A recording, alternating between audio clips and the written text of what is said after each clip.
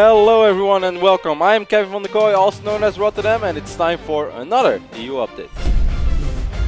Normally I try to shine some light on all the big tournaments or small tournaments, weekly cups, online, offline, or player roster changes and whatnot. This time however I'm going to dedicate the entire EU update to the WCS European Finals that took place last weekend in Stockholm, as it may go down as one of the best StarCraft 2 events in history. The 32 best European players were combined in Sweden to fight for $60,000 and 6 important slots to the global finals later this year in Shanghai, China. We had 11 Protoss players, 8 Terran players and 13 Zergs at the start of the tournament, and it didn't take a very long time before upsets to happen. Newerth, the Polish champion and one of the favorites to take it all home, lost in the very first round against the Swedish Zerg sort of, and also quite surprising, Titan, the Russian champion, lost 2-0 against the Italian Terran Star Eagle. In round 2 the matchups became better and better as we saw the Ukrainian champion Bly taking out Mana with a 2-1 score. VORTIX kept on winning as well, and his brother Lucifron, who we all know is without a doubt one of the most talented players out there, but how much did he really prepare for this event? Well, as the weekend progressed it became pretty damn obvious that Lucifron was in killer shape as he took out Dark for his 2-0 in the second round. The biggest upset of the weekend however came from our Cinderella story from last season, the Belarusian Zerg Lowly, as he took down Evil Genius's Torzane with a 2-1 score. As we moved into the quarterfinals, we saw VORTIX was going to take on Bly. Now both these players attended the EPS Open Berlin last week, and Bly had a great tournament, VORTIX had a terrible tournament. Bly went 5-0 in his group and VORTIX went 1-4. This time however VORTIX was able to take down the Ukrainian champion with a 2-1 score. In the second quarterfinal we saw quite an upset as Baby Knight, the Danish Protoss, took down the Dutch Zerg Red with a 2-1 score as well. The third quarterfinal, well guys, it was Lucifron time once more as he took down the German champion SOCKE convincingly 2-0.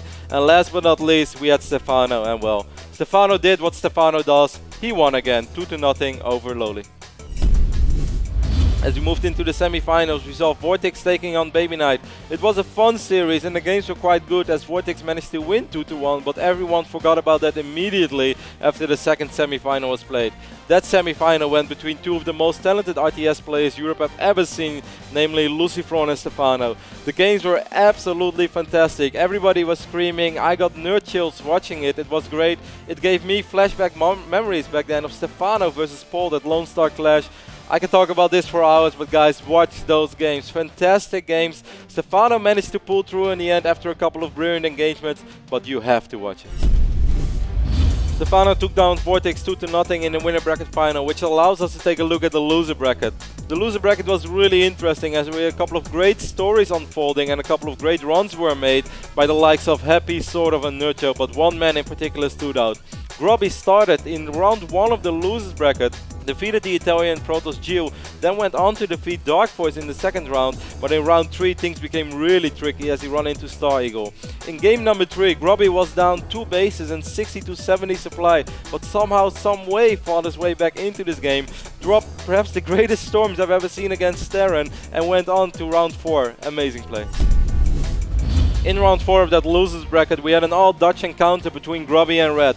GRUBBY took down Red in one of the craziest game 3 we have ever seen, where Red forgot that he didn't have any buildings anymore, so he got eliminated. It was great.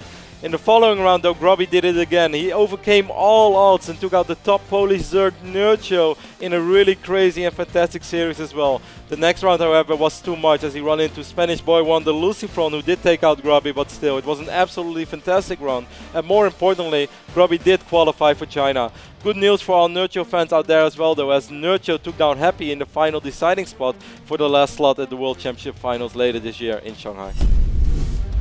In the loser bracket, Lowly defeated sort of Happy and Baby Knight before falling to Lucifron. Still, claiming 4th place in a prestigious tournament as the WCS European Finals is absolutely fantastic by the Belarusian Zerg.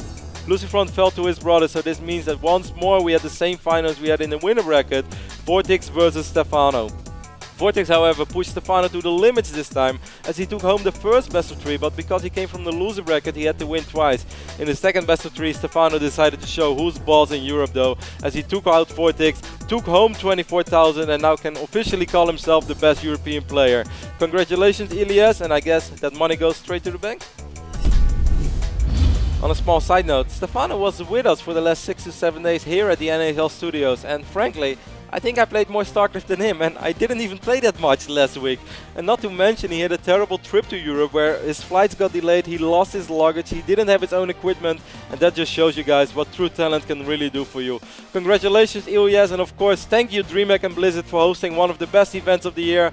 Well, this was a special EA update. I hope you guys enjoyed it. See you next time.